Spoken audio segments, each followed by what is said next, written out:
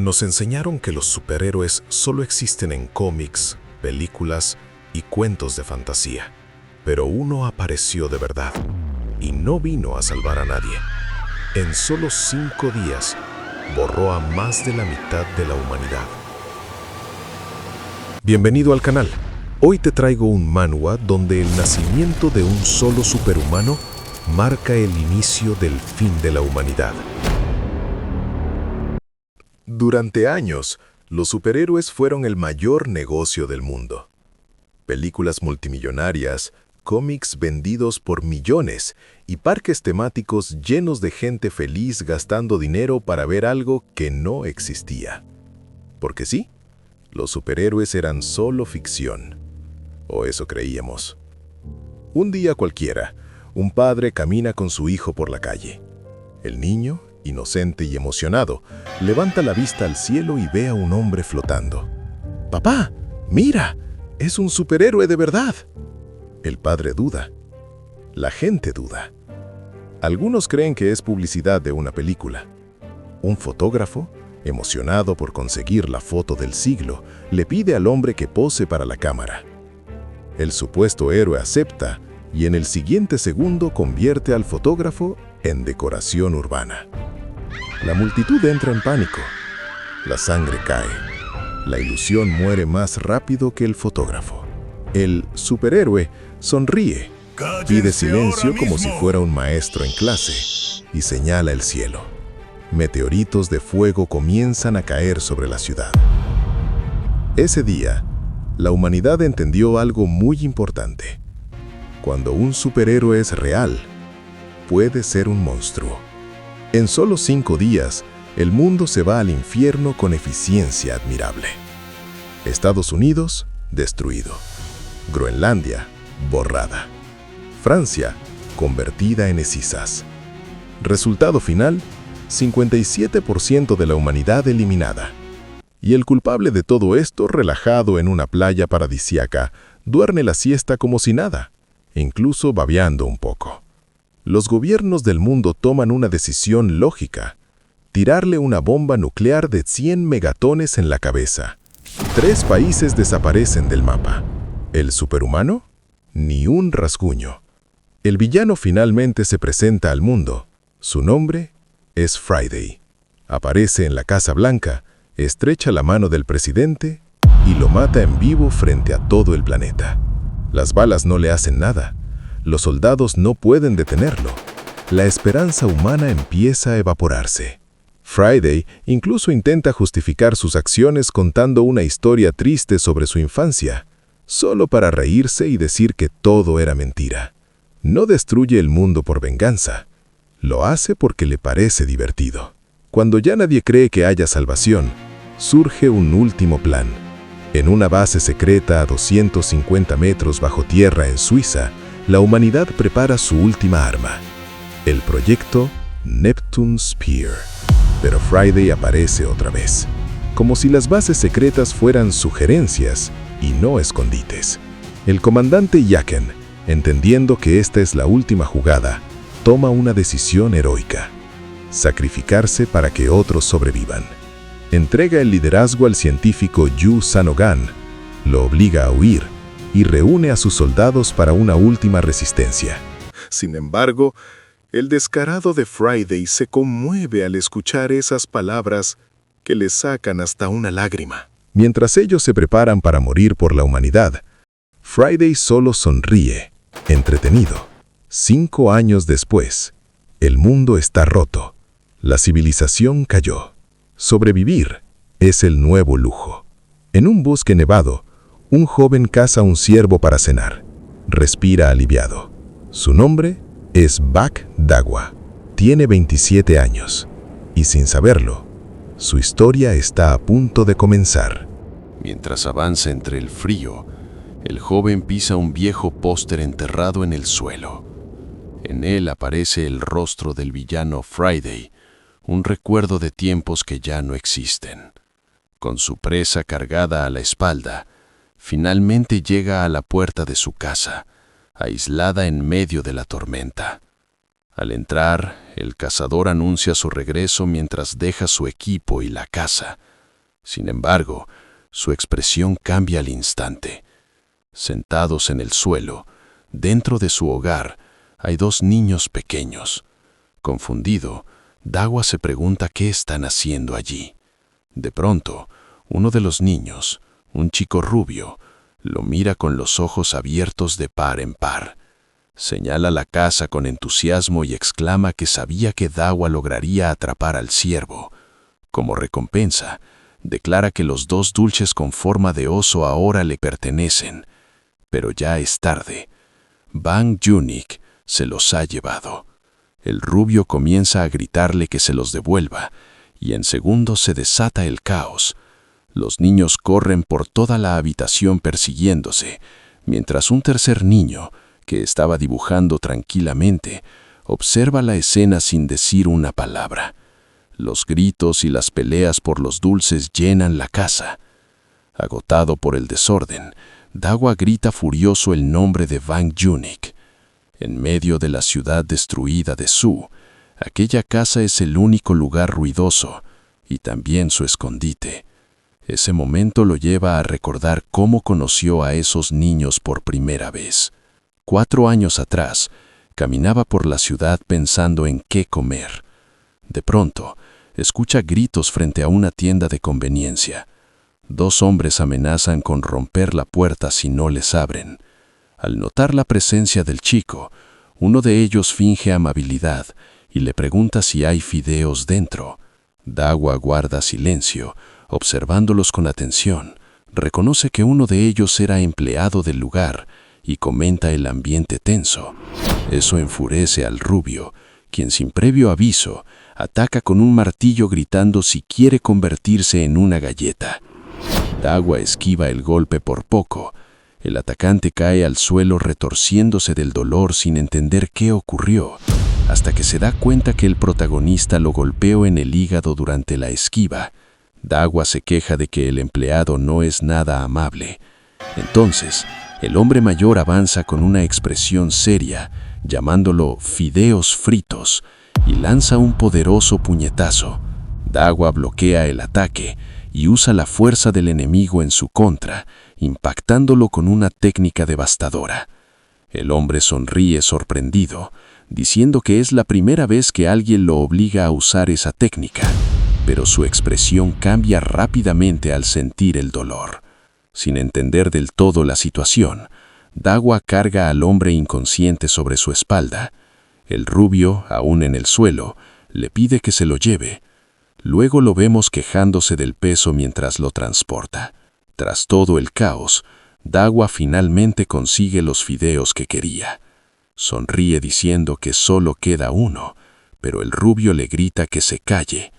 Cuando Dagua va al baño, escucha la voz de un niño preguntando si los adultos ya se fueron. La puerta está cerrada. Al entrar, encuentra a 3 niños y una mujer enferma, quienes lo amenazan para que no se acerque. Los niños discuten entre ellos, culpándose mutuamente por haber ido a la tienda. Dagua intenta negociar pacíficamente, pero la niña lo ataca con una escoba de colores. Otro niño se une al ataque con un trapeador. Bang Junik proclama que es hora de mostrar su talento en béisbol, pero falla estrepitosamente y golpea a su compañero. Aterrorizado por lo que hizo, Junik se aferra a la pierna de Dagua pidiendo ayuda. Ignorando el caos, el protagonista se acerca a la mujer enferma y revisa su fiebre. Saca medicina de su mochila y se la entrega a la niña, explicando cómo debe administrarla. Dice que solo vino por comida y se disculpa antes de marcharse, pero Junik no lo suelta. Finalmente, los niños toman la decisión: seguirlo. Caminan juntos por la ciudad destruida, aunque los niños insisten en que solo van en la misma dirección. Con el tiempo, Dagua les ofrece quedarse con él, y desde ese día, los 4 viven juntos como una familia. Entre baños calientes, risas, juegos en la nieve y conversaciones nocturnas, Dagua confiesa que ellos son la única familia real que ha tenido.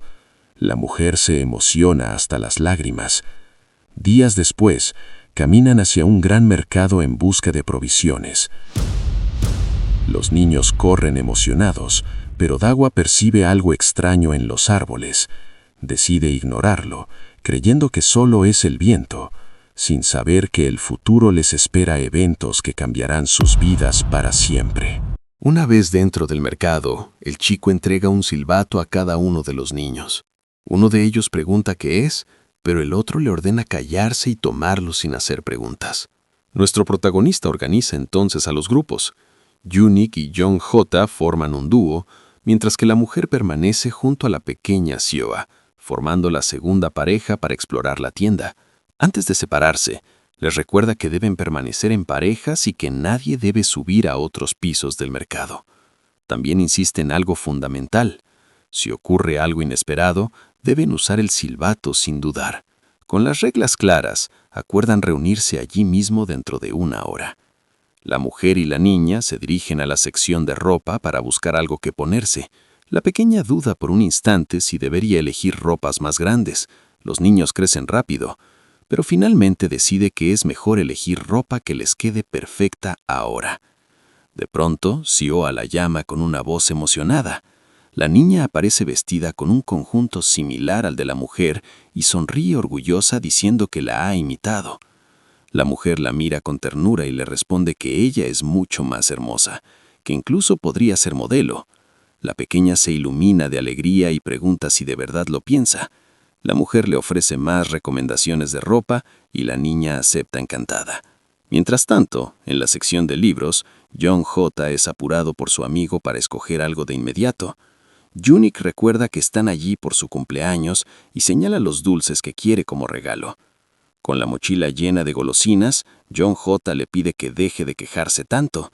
Él le pregunta cuántos snacks más piensa tomar, pero Unique insiste en que no ha agarrado muchos. La mochila pesa tanto que sus pies apenas tocan el suelo, y su amigo duda que pueda soportarlo.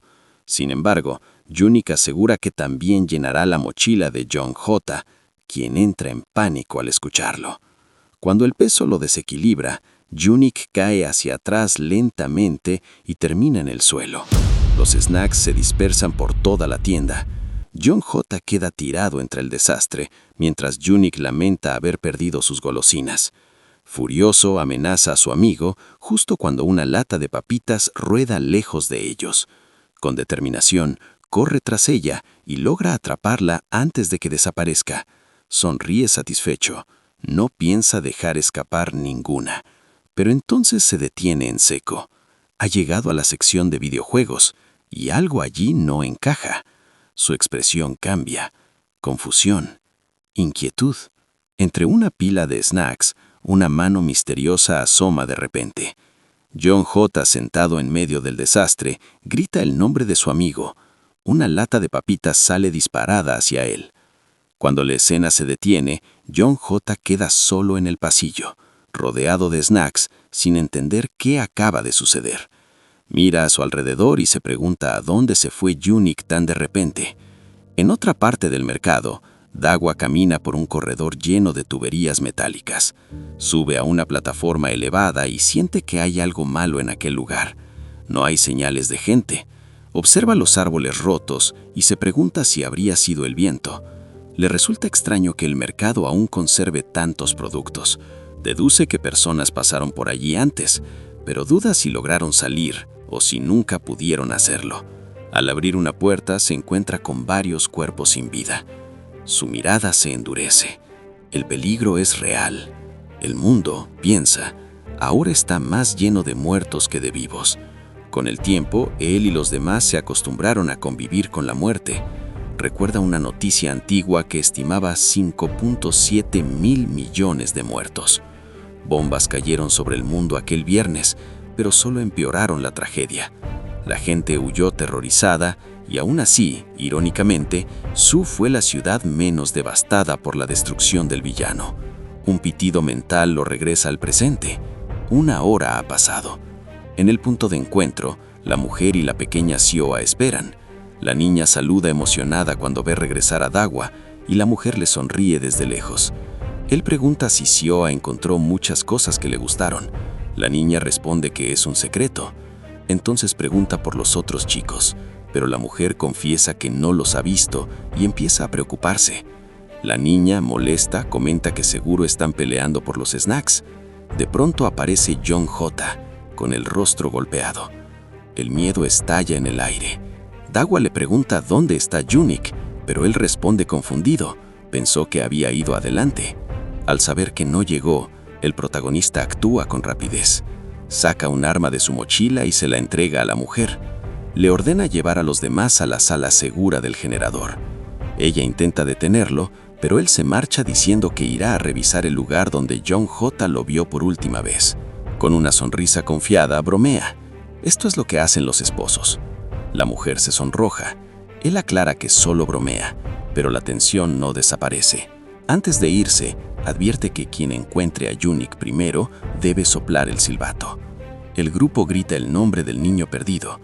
John J., furioso y asustado, grita que Junik estará muerto si aparece ahora. En otro pasillo, Dagua recorre filas de estanterías llamando su nombre. Nadie responde. Entonces se encuentra una lata de papitas junto a una puerta. La reconoce de inmediato. Es la favorita de Junik. Escucha una voz, una frase sobre un movimiento especial.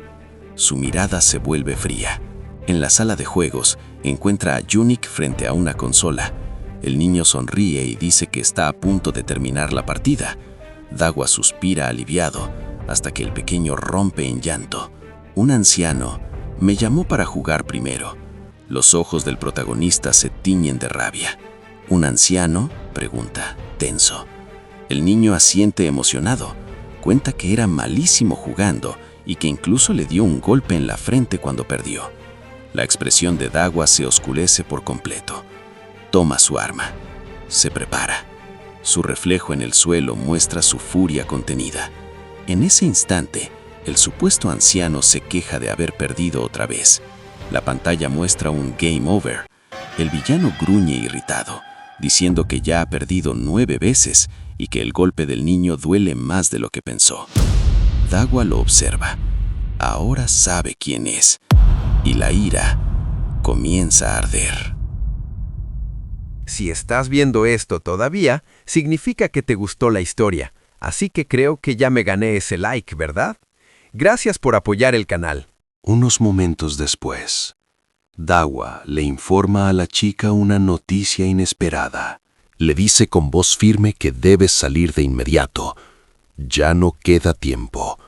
La chica, confundida, no entiende nada. Pregunta por qué Dagua quiere que abandonen la casa tan repentinamente.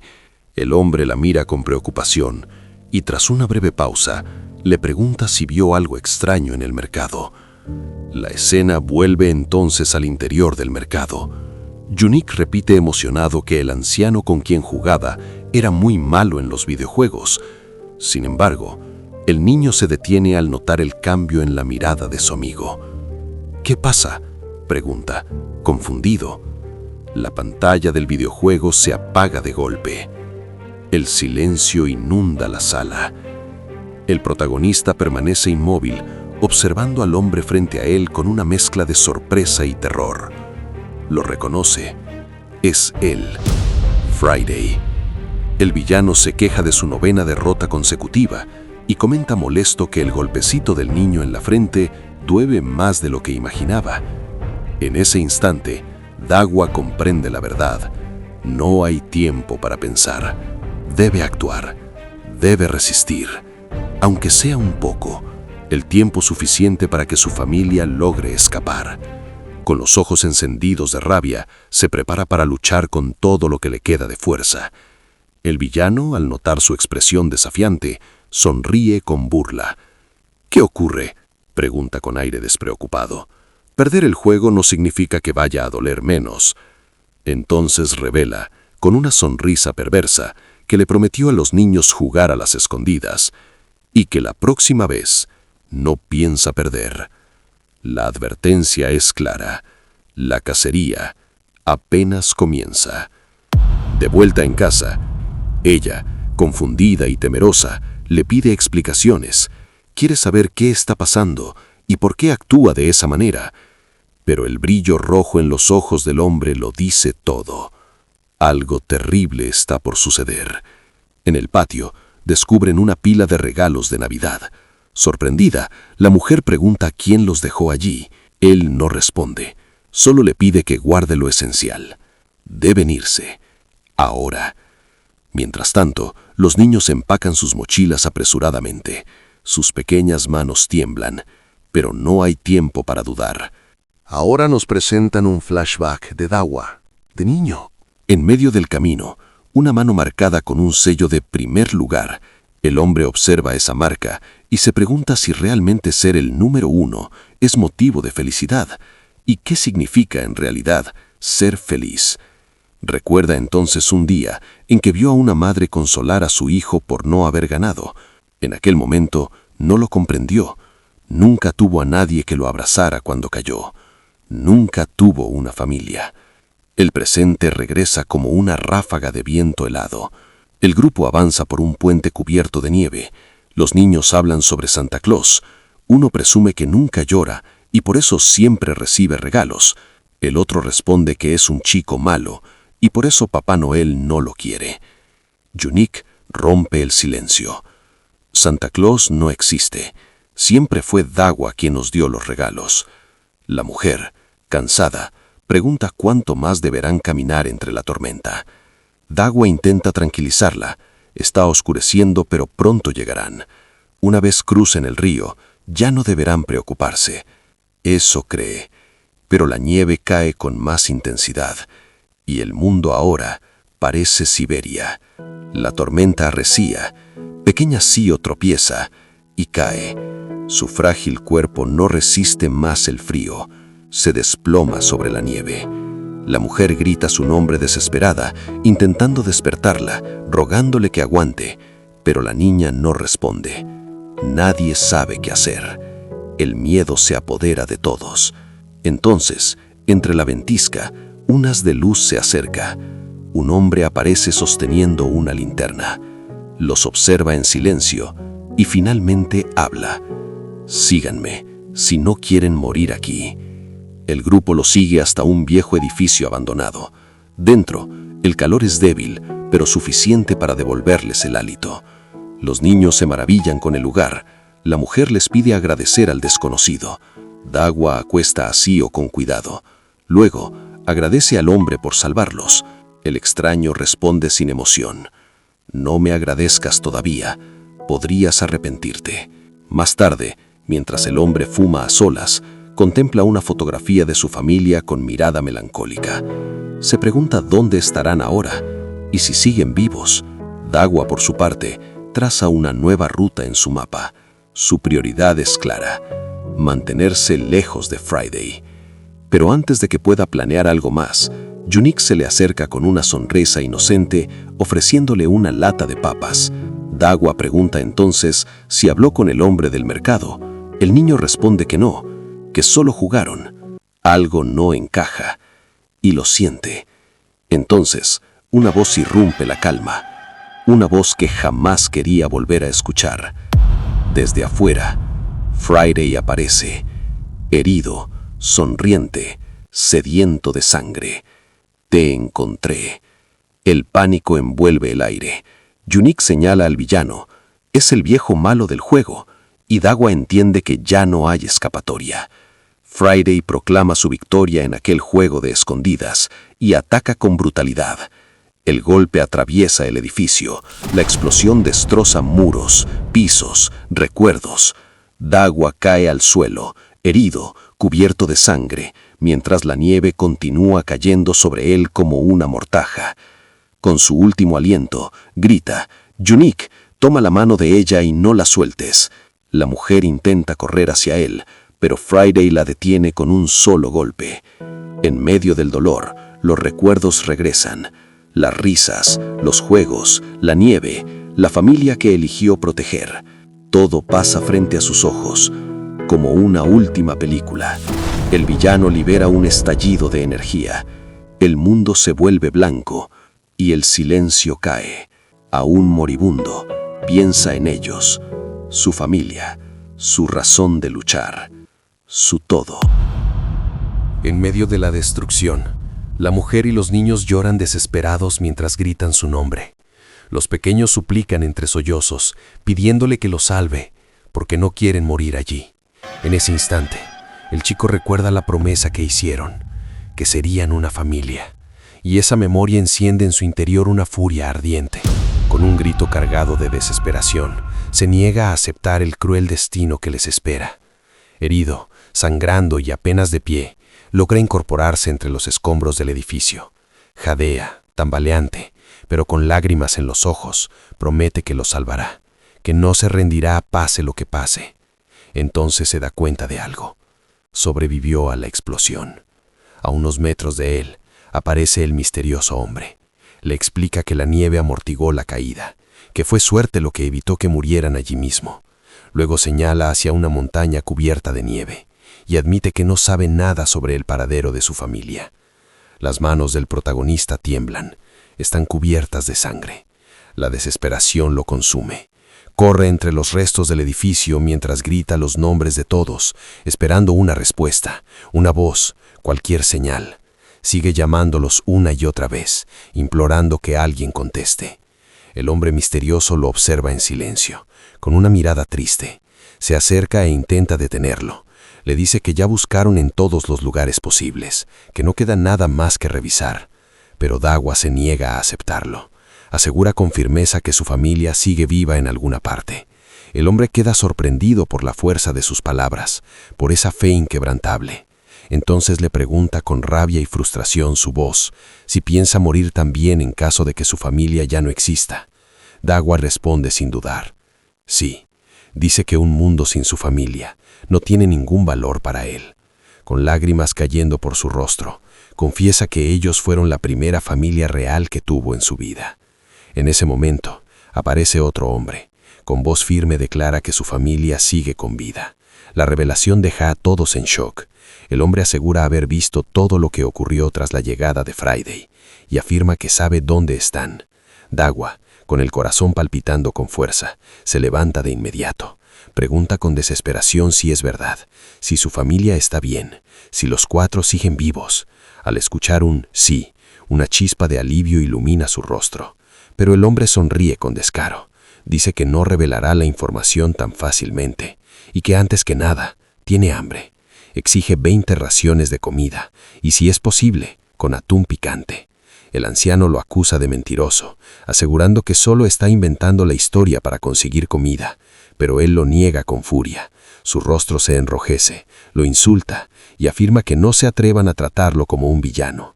Jura que hizo todo lo posible por ayudar. La discusión estalla. Dagua, con sus manos ensangrentadas, se arrodilla ante él. Con una sonrisa desesperada le suplica que le diga qué más quiere además del atún, que hará lo que sea necesario con tal de saber dónde está su familia. El hombre sonríe satisfecho y enumera una larga lista de alimentos como pago por la información. Entonces vemos al protagonista preparándose para salir en busca de comida.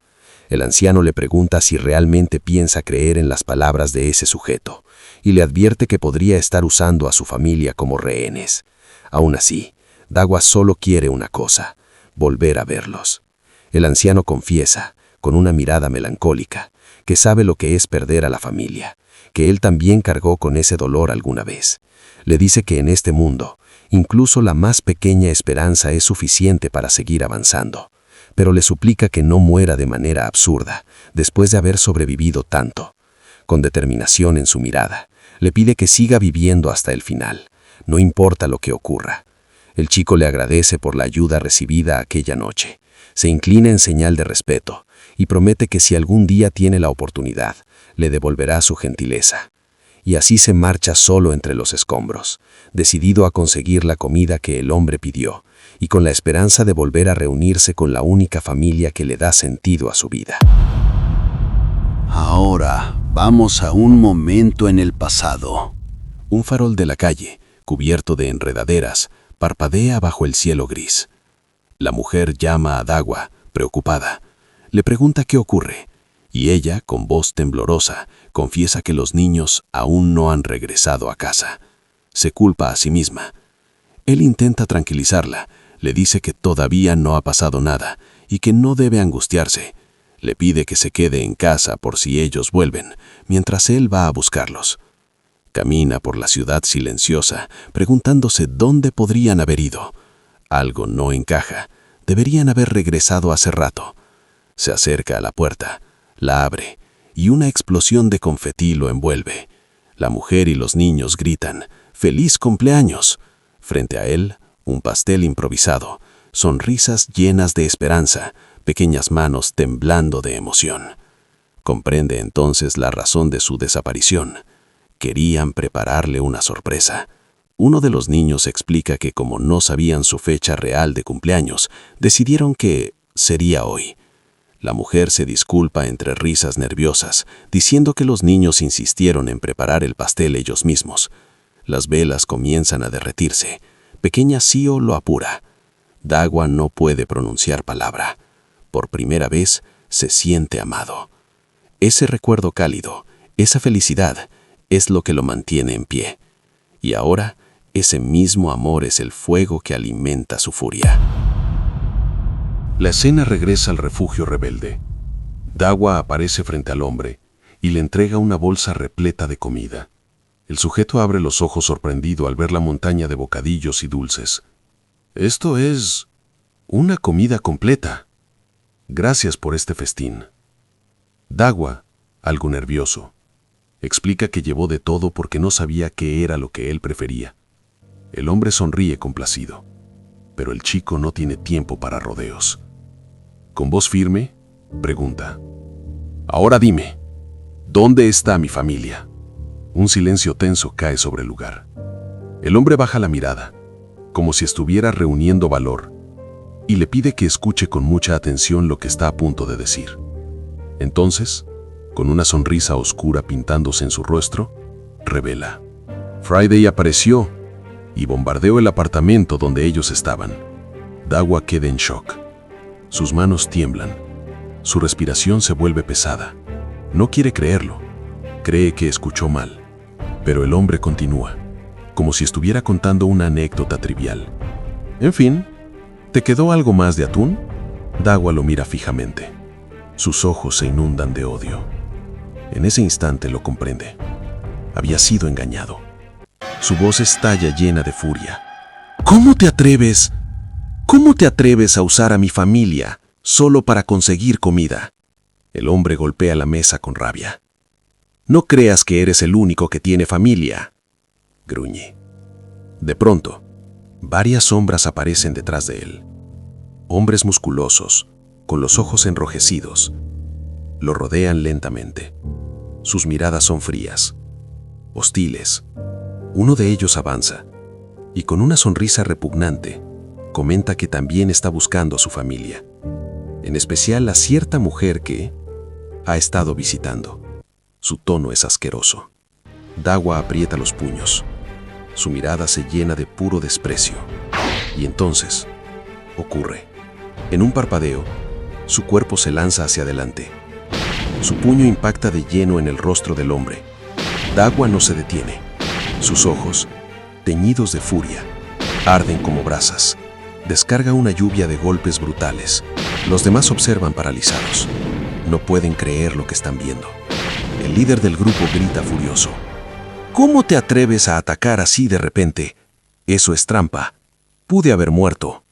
Dagua lo mira, tranquilo. Su rostro está salpicado de sangre, y con una voz fría como el acero, responde, «Lo sé». Lo dice sin titubear, porque lo hizo a propósito, porque quería matarlo. Entonces recuerda las palabras del hombre, que ya había matado antes, que no era la primera vez. Y Dagua comprende algo. Ese tipo de personas no merecían piedad. Mientras tanto, afuera del edificio, la ventisca seguía empeorando. En el interior, el gordo jefe se reía con descaro de que Dagua hubiera eliminado a uno de los suyos. Según él, frente a ellos, Dagua no era nada. Todos allí eran atletas profesionales, formados en distintas disciplinas. A pesar del estado del mundo, su rutina no había cambiado: comer, dormir y entrenar. Desde pequeños, sabían muy bien lo que era recibir golpes. Con voz soberbia, le grita que no están al mismo nivel. En ese instante, Dawa es rodeado por todos los atletas. Uno de ellos lo toma del cabello y lo obliga a inclinarse, presumiendo que ocupa el segundo lugar en la división de peso welter. Lo mira con desprecio y añade: «Tipos como tú ni siquiera pueden poner un pie en el gimnasio». Dawa responde con calma: «Eso es increíble, pero solo quiero saber dónde está mi familia». El hombre no lo deja terminar. Un fuerte puñetazo en el rostro lo lanza contra el suelo. Lo patean una y otra vez mientras lo insultan por perder el tiempo buscando su familia. Pero en medio de la golpiza, Dawa logra sujetar la pierna del agresor. El hombre furioso le ordena que lo suelte, pero Dawa murmura: «Ignoraste mi pregunta, entonces no sabes dónde están».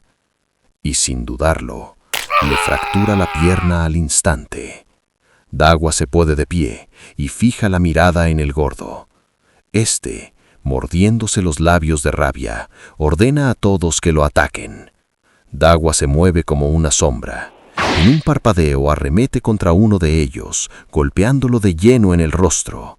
Luego enlaza una serie de golpes precisos y letales contra varios más. Se lanza contra un atleta de judo que intenta bloquear la patada con las manos, pero no logra esquivar la segunda pierna. Otro intenta sorprenderlo por detrás, pero Dawa se agacha sin siquiera mirarlo, como si tuviera sentido arácnido, y le conecta un puñetazo directo al rostro, seguido de un golpe brutal al hígado, y finalmente un impacto demoledor que lo incrusta contra el suelo. El hombre intenta seguir hablando, medio inconsciente. Dawa no muestra remordimiento. Le pisa la cabeza sin dudar. Otro atleta corre hacia él y salta lanzando una doble patada que lo envía al suelo, pero Dawa se levanta como si nada. De inmediato, otro hombre lo toma del cuello y lo arroja al piso, advirtiendo que ha cruzado la línea y no piensa perdonarlo. Intenta asfixiarlo, pero Dawa reacciona y lo atrapa con sus piernas, aplicándole una llave en el brazo. El hombre grita desesperado para que lo suelte. Dawa le responde con frialdad: «En vez de hablar, debiste golpearme la garganta y acabar conmigo, pero no lo hiciste».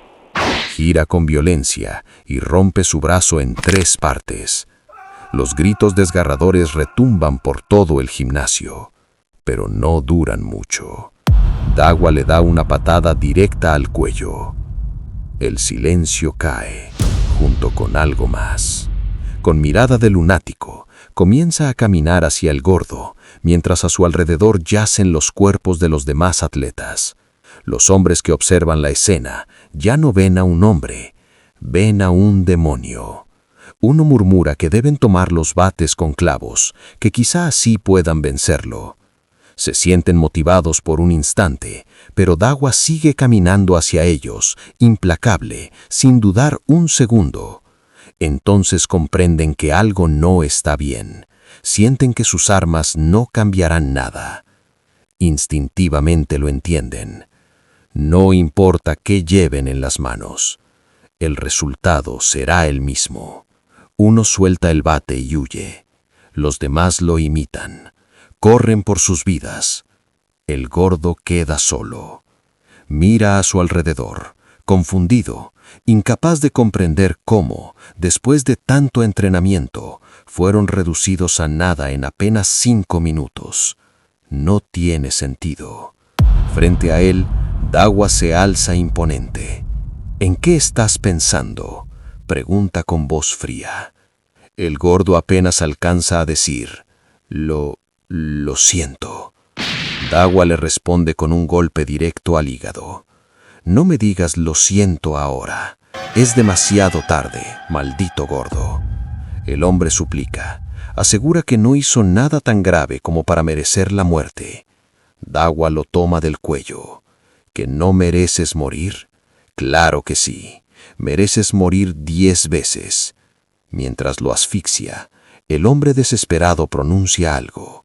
Tu familia sigue con vida. Pero en lugar de calmarlo, esas palabras desatan aún más la furia de Dagua.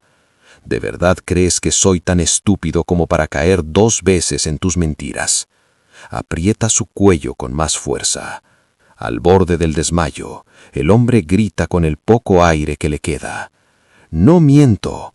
Ve y pregúntale tú mismo a Friday. Dagua lo suelta. La idea de ir a buscar a ese asesino lo llena de odio. Y su rabia apenas comienza.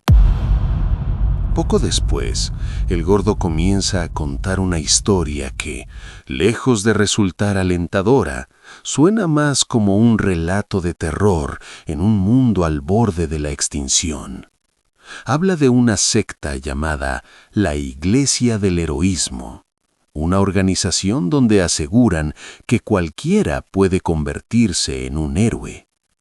Dentro de esa iglesia adoran a Friday como si fuera un dios, pero lo más inquietante es que los líderes de la Iglesia del Heroísmo se autoproclaman héroes. Aunque parezca una locura, la iglesia no es un culto ordinario. Ha sido reconocida oficialmente por el mismo Friday. Dagua le pisa la mano con fuerza y le ordena hablar claro, ir directo al punto. Entre lágrimas, el gordo explica que Dagua podría reunirse con Friday a través de la Iglesia del Heroísmo. Dagua lo mira fijamente y pregunta: «Entonces, básicamente me estás diciendo que vaya a preguntarle yo mismo». A pesar del dolor, el gordo asiente. Le confirma que así es, porque, de otro modo, solo podría encontrarlo si fuera otro superhumano como Friday. Además, comenta que esa iglesia es el único grupo capaz de comunicarse con él sin ser eliminado al instante. Comprendiendo sus palabras, Dagua responde con firmeza: «Está bien, me llevarás a ese lugar». En ese momento, el gordo sintió como si su vida hubiera llegado a su final. Mientras tanto, en la Iglesia del Heroísmo, un hombre vestido como sacerdote reza frente a una gran estatua. Su oración es interrumpida por una niña pequeña. Ella sostiene un dibujo del sacerdote y lo llama héroe. De inmediato varios hombres entran preocupados por la interrupción. El supuesto héroe se quita los lentes, se agacha y acaricia la cabeza de la niña con suavidad. Con voz calmada le dice que no hay nada que lamentar, pues los errores de los niños son responsabilidad de los adultos. Ese hombre es conocido como Héroe Gemsu. De vuelta con el gordo, el hombre continúa hablando sobre la secta. Explica que aunque los líderes de la iglesia se llaman a sí mismos héroes, en realidad están muy lejos de ser algo parecido, porque al reunirse con Friday de forma regular, sus mentes se han torcido más allá de lo humano. Si vas a la sucursal de Yamsil, esa gente es más perturbada incluso que el propio Friday. Y el silencio que sigue solo hace más densa la tensión en el aire. Los sacerdotes de la Iglesia del Heroísmo creían firmemente en una sola verdad. Friday no era solo un símbolo. Para la humanidad, su respeto hacia él trascendía la adoración común. Un hombre llamado Friday había salvado al mundo entero de un gran mal, y por ello fue venerado como una deidad, no solo como un héroe. Muchos deseaban convertirse en alguien como él, el único superhumano. Y quienes no podían alcanzar ese nivel, decidieron volverse héroes a su propia manera. Desde niño, Jun-Soo ya mostraba una mirada distinta al resto. Los años pasaron, y aquel niño se convirtió en un hombre fuerte y decidido, Jin-Soo, quien acababa de desenterrar algo importante cuando un hombre bien vestido apareció, afirmando que no estaba interesado en él. Pero Jin-Soo no buscaba conversación, solo quería una respuesta. ¿Dónde está Friday?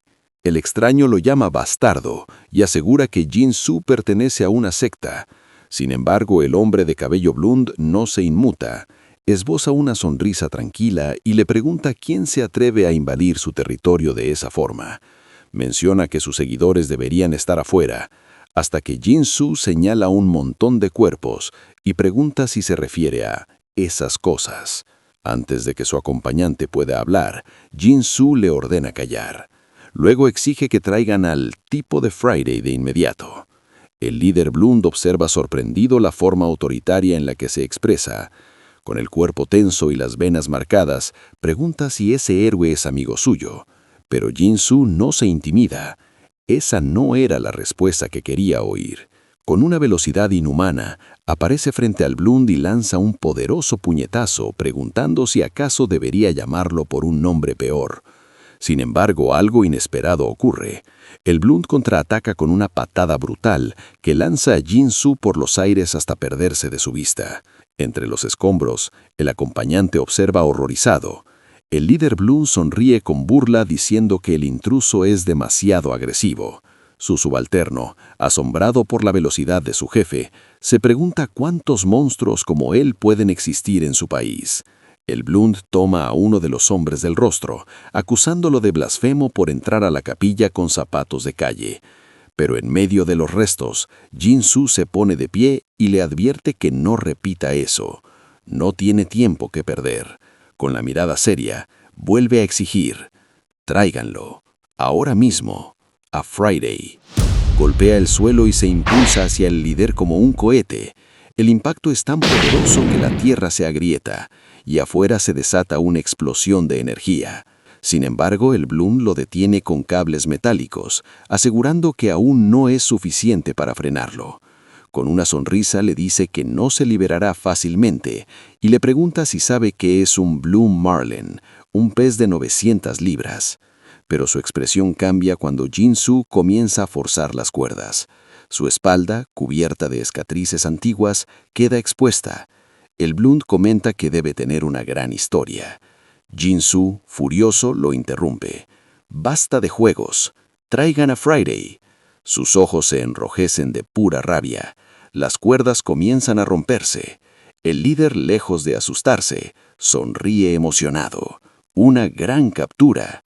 Con un último impulso, Jin-Soo rompe las ataduras. El Bloom cae al suelo y admite que el intruso tiene derecho a hablar. Recuerda que quería ver al señor Friday y decide ayudarlo. Un auto avanza por una ciudad completamente destruida. Dentro viajan Jin-Soo, el líder y dos acompañantes. Uno de ellos comenta que ya han pasado 5 años del fin del mundo. Entonces el Bloom le pregunta: «Su nombre es Baked Doha». Luego plantea una pregunta: «¿Sabes qué ha existido siempre en la historia humana?» Jin-Soo sonríe: «La violencia». Explica que los humanos siempre se han atacado entre sí. El líder coincide, pero añade algo más oscuro. La fuerza bruta siempre es más rápida que las palabras, y acusa a Doha de ser exactamente igual. El vehículo se detiene. Afuera, personas extrañas los observan. Los acompañantes gritan que ha llegado un nuevo jugador. Uno de ellos pregunta si el héroe les ha traído a alguien más. El conductor anuncia que han llegado a su destino. El líder baja del auto y proclama que la violencia es un don divino conectado a las emociones. Incluso los héroes luchan con fuerza bruta. Y afirma que Doha estaba equivocado sobre Friday, pero que aún así posee las cualificaciones necesarias.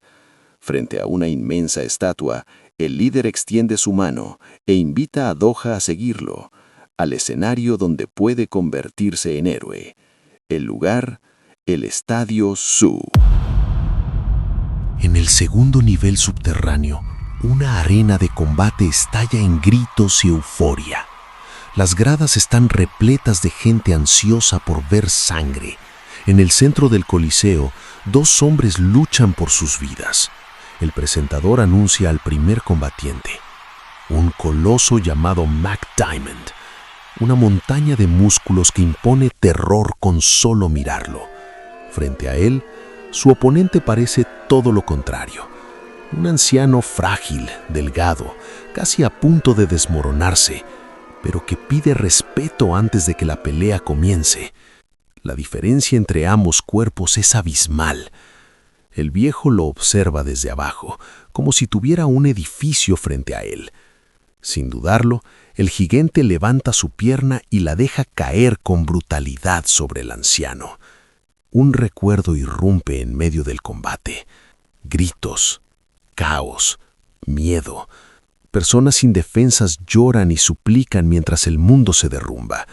Entre ellas, un hombre musculoso contempla la escena con cansancio y frustración.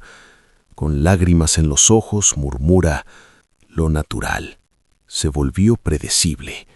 Ese hombre era Friday, el único superhumano, el salvador y al mismo tiempo el verdugo. Friday se hartó de la monotonía humana. Según él, las personas lo habían obligado a adoptar el papel de villano. Con una risa tétrica, decidió actuar de manera inesperada. Su elección fue simple y devastadora: el fin de la humanidad. Solo quedaban 15 minutos. Entre el caos, un joven de cabello largo observa su destino acercarse. Se lamenta por no haber tenido novia, por haber trabajado toda su vida como un esclavo, por morir sin haber vivido. Pero entonces ve a una chica llorando, y en su desesperación decide aprovechar el fin del mundo. La toma a la fuerza. Ella grita aterrada. Otro hombre intenta detenerlo, pero recibe un violento golpe en la cabeza. Ese comportamiento se multiplica como una plaga. La humanidad, al borde de la extinción, se convierte en una pesadilla colectiva. Personas atacándose unas a otras. Un pandemonium absoluto. Friday observa fascinado. Para él era como ver fuegos artificiales. Con una sonrisa satisfecha declara que gracias a esa violencia el fin del mundo se pospone. Y así nace el festival. Un ritual de brutalidad diaria. Un culto a la violencia. De regreso en la arena, McDiamond levanta su brazo y se prepara para rematar al anciano, insultándolo sin piedad. Pero algo ocurre. Antes de recibir el golpe, el viejo murmura con calma que el joven apuntó al lugar equivocado, porque no tiene dientes. Para él, eso equivale a llevar un protector bucal natural. El gigante no puede creerlo. Su rabia explota. En un instante, el anciano salta y le clava sus uñas en los ojos. La cultura queda paralizada. Sus dedos son afilados y están llenos de sangre. El coloso cae. El anciano lo remata sin compasión. La arena queda en silencio. Luego, estalla en aplausos. El público, horrorizado al principio, termina celebrando la brutal victoria. El anciano sonríe con malicia. Detesto a los jóvenes. Y su risa retumba en el estadio. Mientras el público festeja, nuestro protagonista observa todo con indignación. El líder del culto se acerca y le dice que todos están felices. Afirma que la violencia posee un poder sagrado y que la gente por fin lo está comprendiendo. Nuestro protagonista lo toma por el cuello y le grita que deje de decir estupideces. Él no vino a ver espectáculos, vino a buscar a Friday. El líder sonríe, dice conocer su pasado, incluso menciona los nombres de su familia. El Jove queda paralizado. ¿Cómo podía saberlo? Entonces el hombre rubio vuelve a hablar. Si quiere ver a Friday, deberá convertirse en héroe. Con un aura carmesí le ordena participar en la arena y demostrar su violencia. En ese momento aparece una mujer. Mira al protagonista y pregunta: «¿Ese es Baked Doa, el chico de cabello negro?» Y concluye: «Será el luchador bajo mi supervisión». Con la mirada encendida por la furia, nuestro protagonista acepta el reto sin dudarlo y exige que le programen una pelea de inmediato. El líder rubio sonríe con ironía, pero le recuerda que el festival termina a las 10 de la noche. La mujer interviene con calma y asegura que todo estará preparado para el día siguiente. Entonces revela algo que lo deja desconcertado. La violencia está prohibida fuera de la arena. El líder explica que la violencia es algo sagrado y usarla de forma incorrecta sería una blasfemia. Acto seguido, llama a una mujer llamada Hannah, quien se acerca con serenidad. Se disculpa por contactarla en su día libre, pero ella responde que no hay problema. Nuestro protagonista queda paralizado por un instante. La mujer se parece demasiado a alguien importante para él. Con los ojos muy abiertos, se pregunta si podría ser su hermana. La similitud es tan grande que su corazón se sacude por un momento. Más tarde, al caer el atardecer sobre la ciudad, lo vemos exhausto y sin aliento tras un largo día. Sin embargo, no descansa. Comienza a entrenar con intensidad, preparándose para las batallas que se avecinan. Mientras realiza sus ejercicios, observa una fotografía de su familia. Su expresión cambia, su determinación se endurece. Ha encontrado una nueva razón para luchar. De pronto, la mujer aparece y elogia su dedicación. Sentada en la cama, comenta que están solos, pero él continúa entrenando sin distraerse. Con seriedad, nuestro protagonista le pregunta qué quiere decir con eso. Ella explica que su labor es cuidar y analizar a los combatientes del torneo, y luego se acerca lentamente intrigada y le pide permiso para tocar su cuerpo, como si quisiera comprobar su resistencia física. Pero enseguida sonríe de forma juguetona y le dice que lo olvide. Acto seguido, anuncia que es hora de partir a la arena. Al llegar a la sede de la Iglesia del Héroe, una gigantesca estatua se alza frente a una multitud inmensa. Nuestro protagonista camina entre la gente junto a la supervisora, impresionado por la cantidad de espectadores. Ella le revela que hay unas 10,000 personas reunidas allí. Él queda impactado. ¿Todo eso solo para presenciar violencia? La mujer explica que la gente, cansada de sobrevivir día tras día, busca una vía de escape, y la arena se la ofrece. La iglesia, dice, les ha otorgado el gozo de la violencia, y eso, para ellos, los convierte en héroes. Aún así, para nuestro protagonista, la escena resulta perturbadora. Una chica de cabello púrpura lo saluda y recuerda la regla sagrada. La violencia está prohibida fuera del ring. Entonces, la supervisora ordena que el combate de nuestro joven sea programado cuanto antes. Él reflexiona en silencio. La violencia puede destruir a alguien, pero también puede hacer felices a otros. Se pregunta si debe sacrificarse para cumplir ese rol. Ella responde con frialdad. Sí, porque el sacrificio es la virtud de un héroe, y no cualquiera puede serlo. En el pasillo que conduce al ring, el presentador anuncia al debutante, un novato desconocido, sin historial, Black Doha. Su rival, un ex luchador profesional llamado M. Goriger. La campana suena. En un abrir y cerrar de ojos, nuestro protagonista se adelanta y derriba a su adversario con un movimiento limpio y preciso. Con el hombre en el suelo, lo golpea con calma, sin mostrar emoción alguna. El rival intenta contraatacar y atrapa el brazo de Doha entre risas dementes, presumiendo de su resistencia. Pero el joven, con una fuerza descomunal, lo levanta del suelo aún estando inmovilizado y le estampa la cabeza contra el piso. El luchador profesional queda aturdido. El público observa en silencio, impactado. Doha no le da tiempo a reaccionar. Lo golpea de nuevo, y otra vez. La multitud enloquece.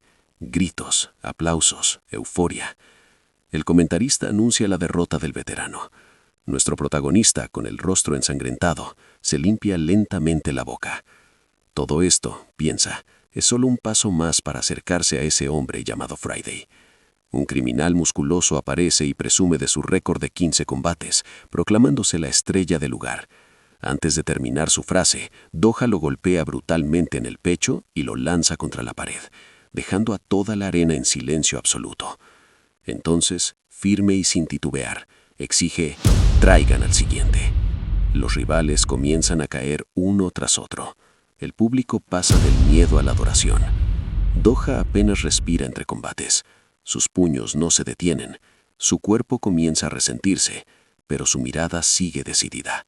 Piensa en su familia, promete alcanzarlos pronto. Les pide mentalmente que sigan vivos. Desde lo alto, las supervisoras observan la masacre. 8 victorias consecutivas en una sola noche. Para ellas todavía no es suficiente. Por eso, anuncian el combate principal del día. El público estalla en emoción. Pero cuando el rival entra en escena, nuestro protagonista queda helado. Un niño, pequeño, sonriente, un prodigio llamado Sim Jun. La gente grita con sed de sangre, algunos exigen que lo destrocen. En ese instante, Doha siente el peso del lugar, el verdadero horror del festival, y comprende que ese escenario no es un ring, es un sacrificio humano disfrazado de espectáculo. Él no entiende la reacción del público. Se pregunta por qué todos están vitoreando con tanta euforia, como si disfrutaran de aquello. El joven observa al pequeño niño frente a él e intenta hallar una lógica. ¿Habrá hecho algo para merecer esto? ¿O tal vez es un luchador oculto? Un instante después, el pequeño da un paso adelante y lanza un pequeño puñetazo contra su pierna. Sus golpes son débiles, casi insignificantes, pero el pequeño continúa atacando sin vacilar, ignorando por completo la enorme diferencia de tamaño entre ambos. Entonces, una inquietante sospecha comienza a crecer en la mente de Dawa. Comprende que los gritos violentos del público no son por justicia, sino por entretenimiento.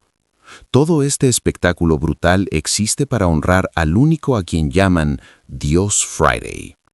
A su alrededor, el suelo del estadio tiembla bajo los pasos de los espectadores. Sus rostros se retuercen de emoción mientras exigen violencia. Un clamor unificado recorre la arena. ¡Destrúyelo! El niño permanece quieto, respirando hondo, preparándose para el dolor inevitable. Con el corazón pesado, Dawa levanta la mano, sin ver otra salida. Un momento después, el niño yace en el suelo, cubierto de polvo, derrotado. Dawa se da media vuelta y comienza a alejarse, pero el público estalla en furia. Uno grita indignado, exigiendo más sangre, más brutalidad, igual que antes. El joven los ignora. Se dirige al árbitro y declara que el niño ya no puede continuar. Sacude la cabeza con desprecio y pide al siguiente oponente. El árbitro responde con frialdad: «Yo decido cuándo termina el combate. Continúen». El joven protesta, señala al niño, apenas capaz de mantenerse en pie, pero entonces, para sorpresa de todos, el pequeño se levanta tambaleándose, decidido a seguir luchando. El joven lo observa confundido, hasta que ve a un hombre entre la multitud. Es el padre del niño. Grita desesperadamente que si su hijo resiste 5 minutos más, recibirá una lata de jamón como recompensa. La revelación lo golpea como un puñal. Un recuerdo doloroso despierta. Su padre, la tormenta, las manos temblando. La palabra de un padre es ley. Aquella noche fue arrojado bajo la lluvia. Su madre le gritó por teléfono que no volviera jamás. Le dijo que nunca debió haber nacido. Esa cicatriz jamás lo abandonó. Vuelve al presente y ve los mismos ojos obedientes en el niño, vacíos, sin esperanzas. El padre continúa gritando desde las gradas. En su cabeza resuena otra vez la voz de su propio padre, obligándolo a seguir. Luego ve los rostros de sus hermanos, sus ojos rojos pidiéndole que vuelva a casa. Desde el palco el supervisor le recuerda: si quiere ser un héroe, debe cumplir con los estándares de Jun-Soo. El joven endurece su mirada. El suelo ahora está sangrado de sangre. Sujeta el muñeco del niño derrotado. La multitud enloquece. Lo llaman el monstruo novato. Él permanece frío, distante. Entonces el niño muerde su brazo desesperadamente. El joven lo mira fijamente, sus ojos brillando en rojo. En el palco, el líder rubí de la secta contiene una risa, divertido por el espectáculo. El supervisor comenta que el novato no decepciona. La mujer de orejas puntiagudas guarda silencio, analizando cada movimiento. En las gradas, el padre del niño grita que su hijo es diferente. El joven aprieta los dientes. Protegerá a su familia, cueste lo que cueste. La campana suena. Levanta el brazo del niño derrotado. Señala el final del combate. El anunciador declara el momento de honor y gratitud. Toda la multitud inclina la cabeza en oración. Las pantallas muestran el rostro de Friday. Miles de voces claman su nombre al unísono. Incluso el niño herido agradece a Friday entre susurros. El héroe respira con dificultad. La devoción ciega que lo rodea lo enferma. Más tarde esa noche, La ciudad descansa bajo un cielo lleno de estrellas. El vapor se eleva en el baño mientras el joven permanece bajo el agua caliente. Las cicatrices de su espalda cuentan historias de guerras pasadas. Su mente viaja a un recuerdo luminoso, un hogar tranquilo rodeado de árboles verdes. Su hermana sostiene una vieja cámara instantánea. Los niños se reúnen y posan riendo bajo el sol. Al principio la fotografía sale blanca. La agita suavemente y poco a poco la imagen aparece. Su primera foto familiar. En el presente observa esa misma fotografía desgastada entre sus manos. Su expresión es sombría. Una mujer entra en la habitación. Le ofrece una lata de cerveza sin decir palabra.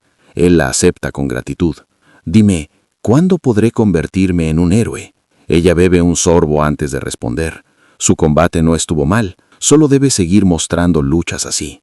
Habla del combate con el niño. Confiesa que muchos abandonan por culpa. Él le dice que no se preocupe. Está dispuesto a ir más lejos. Haré lo que sea, con tal de volver a ver a mi familia. Ella lo observa en silencio. Entonces decide contarle una historia. Una historia sobre por qué Friday ha dejado a la humanidad sola por tanto tiempo. El relato comienza con la Tierra y con un ser llamado Player Friday. Un hombre de cabello blanco, de poder abrumador, se prepara para dar una patada devastadora. El balón se transforma en un haz de energía, atravesando una ciudad futurista. La explosión consume todo a su paso, y entre el fuego, Friday alza el puño con orgullo, gritando de triunfo ante la destrucción que él mismo creó. ¡Wow! Si llegaste hasta aquí, de verdad eres increíble. Gracias por acompañarme hasta el final. Si te gustó este video y quieres la siguiente parte, deja tu like y suscríbete para no perderte nada. Cuéntame en los comentarios, ¿te sorprendió este nuevo formato de 1 hora? Y si aún sigues aquí, escribe la palabra Friday para saber que eres de los verdaderos fans. Nos vemos en la próxima parte.